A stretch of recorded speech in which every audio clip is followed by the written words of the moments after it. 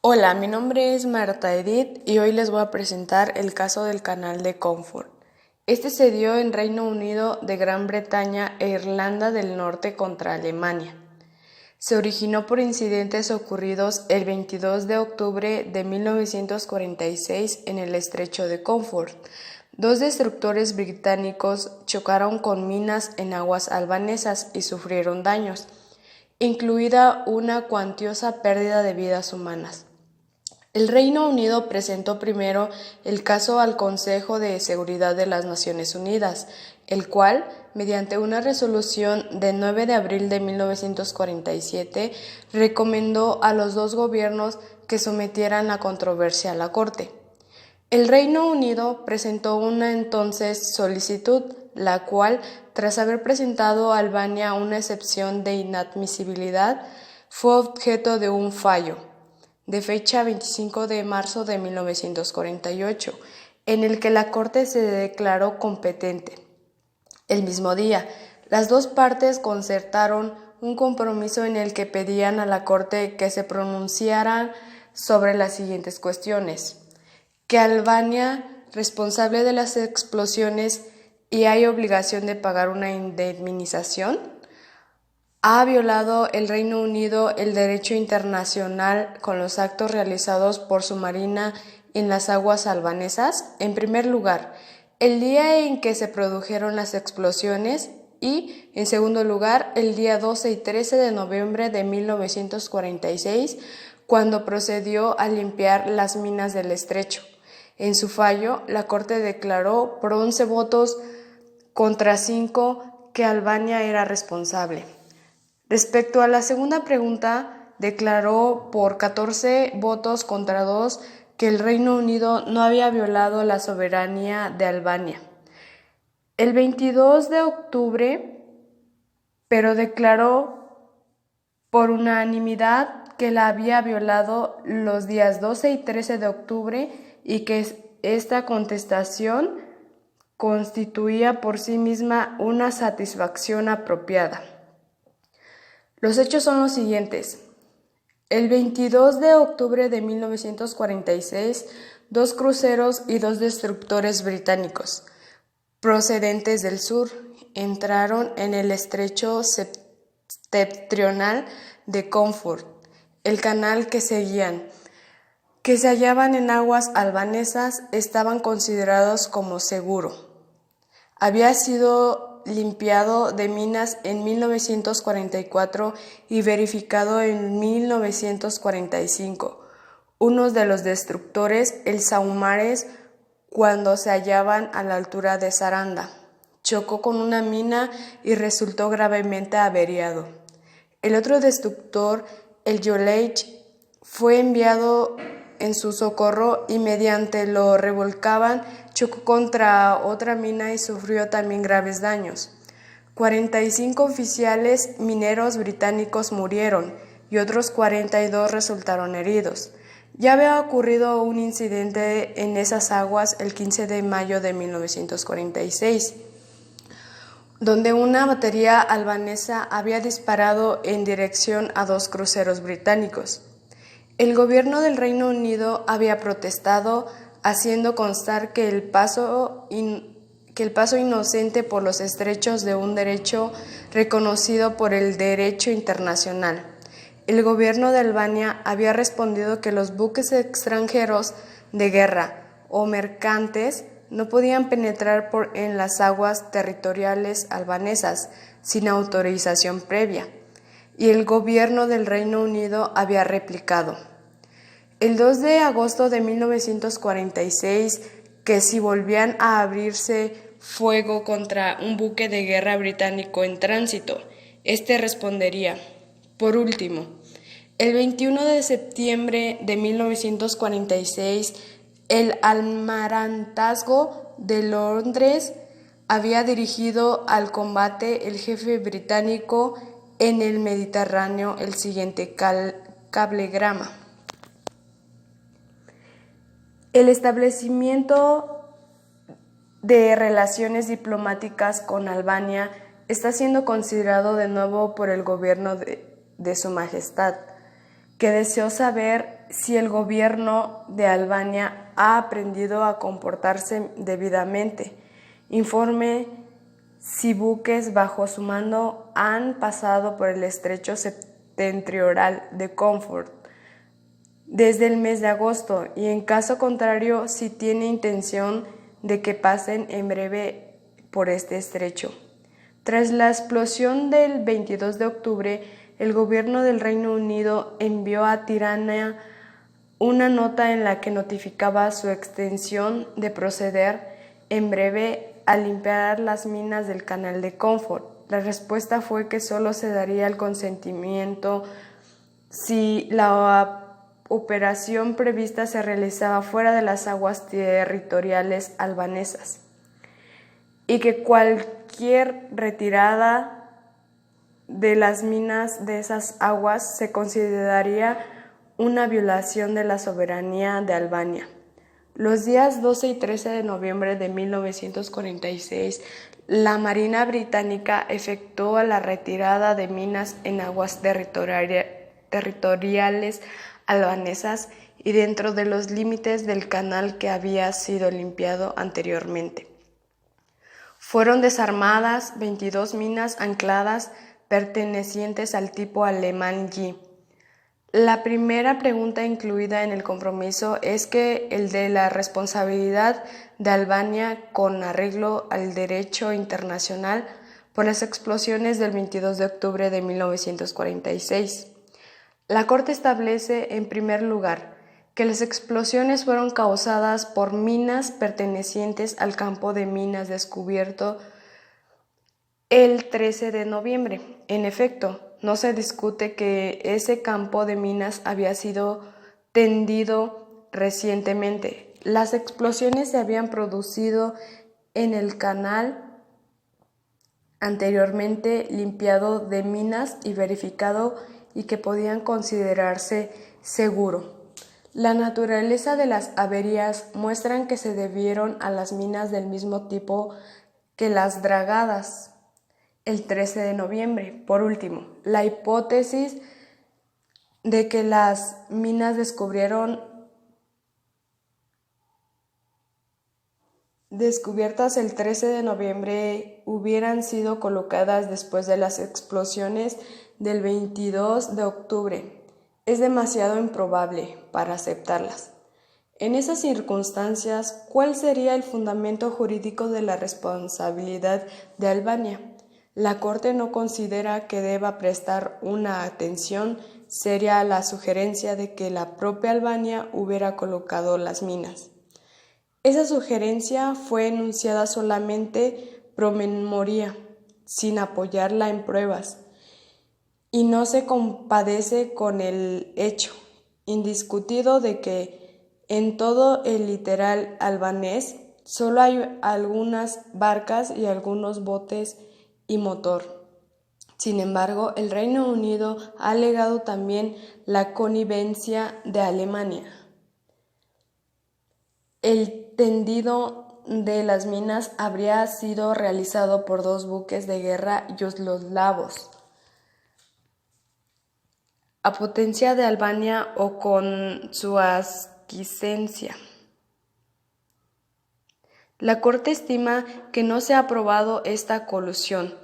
Una imputación de tan excepcional grave contra un Estado requeriría un grado de certidumbre inexistente en esa ocasión, y la procedencia de las minas colocadas en aguas territoriales albanesas sigue siendo una mera conjetura. El Reino Unido alegó también que cualesquiera que fueran los autores, el tendido de minas no pudo efectuarse sin que Albania tuviera conocimiento de él. Ciertamente, el simple hecho de que las minas se hallaran en aguas albanesas no implica ni responsabilidad prima facie ni desplazamiento de la carga de la prueba. Por otra parte, el control exclusivo ejercido por un Estado dentro de sus fronteras fue imposibilitar que se aporten pruebas directas del hecho, que extrañarían entrañarían la responsabilidad en caso de una violación del derecho internacional. En ese caso, debe permitirse al Estado víctima que recupera más ampliamente a la presunción del hecho y a la prueba circunstancial. Esas pruebas circunstanciales deben considerarse especialmente eficaces cuando se apoya en una serie de hechos que se encadenan y llevan lógicamente a una sola conclusión. En el presente caso hay que considerar dos series de hechos que se corroboran mutuamente. La primera es la actitud del gobierno de Albania antes y después de la catástrofe. El tendido de las minas ocurrió en un periodo en que ese gobierno había manifestado su intención de ejercer una vigilancia celosa en las aguas territoriales y había exigido una autorización previa para entrar en ellas, llevando a veces la vigilancia hasta el empleo de la fuerza, todo lo cual hace que sea poco verosímil y priori la alegación de ignorancia. Además, cuando el gobierno de Albania tuvo pleno conocimiento de la existencia de un campo de minas, protestó enérgicamente de las actividades de la escuadra británica, pero no del tendido de las minas, aunque en ese acto sí se hubiera efectuado sin su consentimiento. Habría construido una violación muy grave de su soberanía. No notificó a la navegación la existencia del campo de minas, como lo exige el derecho internacional. No optó ninguna de las medidas de instrucción judicial que hubiera sido procedente en un caso similar. Esa actitud solo se explica si el gobierno de Albania, conocedor del tendido de las minas, hubiera pretendido mantener secretas las circunstancias en que se había efectuado. La segunda serie de hechos se relaciona con la posibilidad de observar el tendido de minas desde la costera albanesa geográficamente. El canal puede vigilarse con posibilidad. La dominan alturas que ofrecen excelentes puntos de observación y discurre próximo a las costas. La mínima más cercana se hallan a 500 metros de la orilla. Entendido de las minas metódico y bien pensado.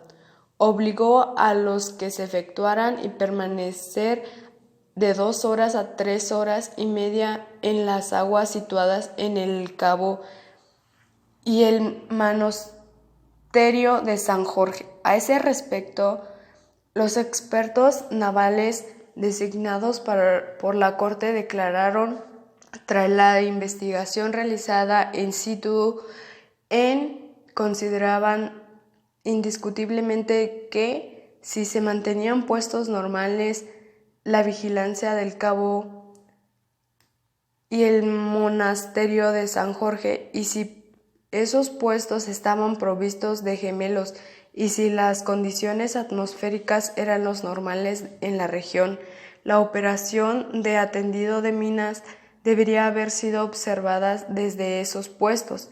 No se ha probado la existencia de un puesto de vigilancia en el cabo Denta, pero la Corte, basándose en las declaraciones del gobierno de Albania de que existían puestos de vigilancia en otros puntos, extrae el informe de los expertos las siguientes conclusiones. 1.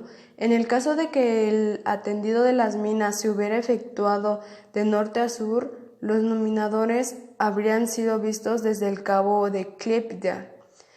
Si se hubieran efectuado de norte a sur, hubieran visto desde el cabo de San Jorge. De todos estos hechos y observación anteriormente mencionado, la Corte concluye que el tendido del campo de minas no pudo haberse efectuado sin el conocimiento de Albania. Las obligaciones derivadas a ese conocimiento no se discuten. Albania debió notificarlo a los navegantes y en particular advertir el peligro a que se exponían a los buques que cruzaban en el estrecho el 22 de octubre. En verdad, Albania no intentó nada para prevenir la catástrofe y esa gravedad omisión extraña su responsabilidad internacional. En el compromiso se le pide a la Corte que declare si por ese motivo Albania está obligada a pagar una indemnización al Reino Unido. Ese texto ha suscitado ciertas dudas. ¿Puede la Corte no solo decidir sobre el principio de la indemnización, sino también fijar su cuantía? La Corte respondió afirmativamente y también una providencia especial ha fijado plazos para permitir que las partes le presenten sus opiniones sobre esa cuestión. La Corte examina seguidamente la segunda pregunta incluida en el compromiso. ¿Violó el Reino Unido la soberanía albanesa el 22 de octubre de 1946 o los días 12 y 13 de noviembre de 1946? La pretensión albanesa de someter el paso de buques a una autorización previa se opone al principio generalmente admitido de que los estados, en tiempo de paz, tienen derecho a que sus buques de guerra pasen por los estrechos que sirven, a los efectos de la navegación internacional para comunicar dos partes de la alta mar, siempre que el paso sea inocente. El estrecho de Corfú, perteneciente geográficamente a esa categoría, aunque tenga solo importancia secundaria, en el sentido de que no es una ruta necesaria entre dos partes de la alta mar e independientemente del volumen del tráfico que lo utiliza. Por otra parte, un hecho de particular importancia es que constituye una frontera entre Albania y Grecia y que una parte del estrecho está totalmente comprendida en las aguas territoriales de esos estados. Es cierto que esos dos estados no mantenían relaciones normales, ya que Grecia había hecho reivindicaciones territoriales, precisamente sobre una parte de las costas a lo largo del estrecho. Sin embargo, la Corte estima que esas circunstancias excepcionales habrían justificado que Albania regulara el paso por el estrecho, pero no que la prohibiera o la sometiera a una autorización especial. Albania ha negado que el paso efectuado el 22 de octubre fuera inocente. Alega que se trataba de una misión política cuyas modalidades de ejecución, número de buques, formación, armamento, maniobras, etc., indicaban la intención de intimidar. La Corte examinó las diferentes alegaciones albanesas en la medida de que le parecían pertinentes.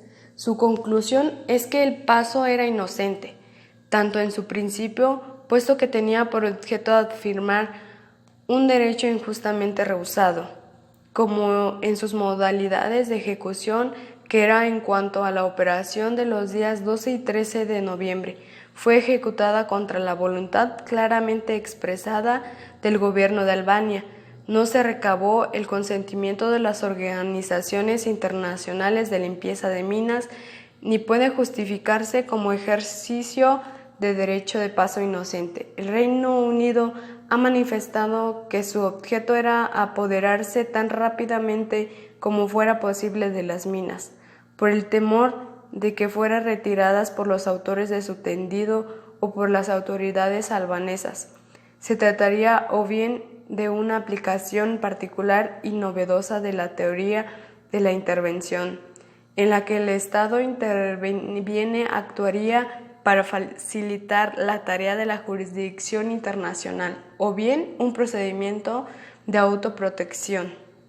La Corte no puede admitir esas tesis. El pretendido derecho de intervención solo puede considerarse como una manifestación de una política de fuerza, que no puede aceptar el derecho internacional en cuanto a la noción. La Corte no puede admitir tampoco entre Estados Unidos independientes.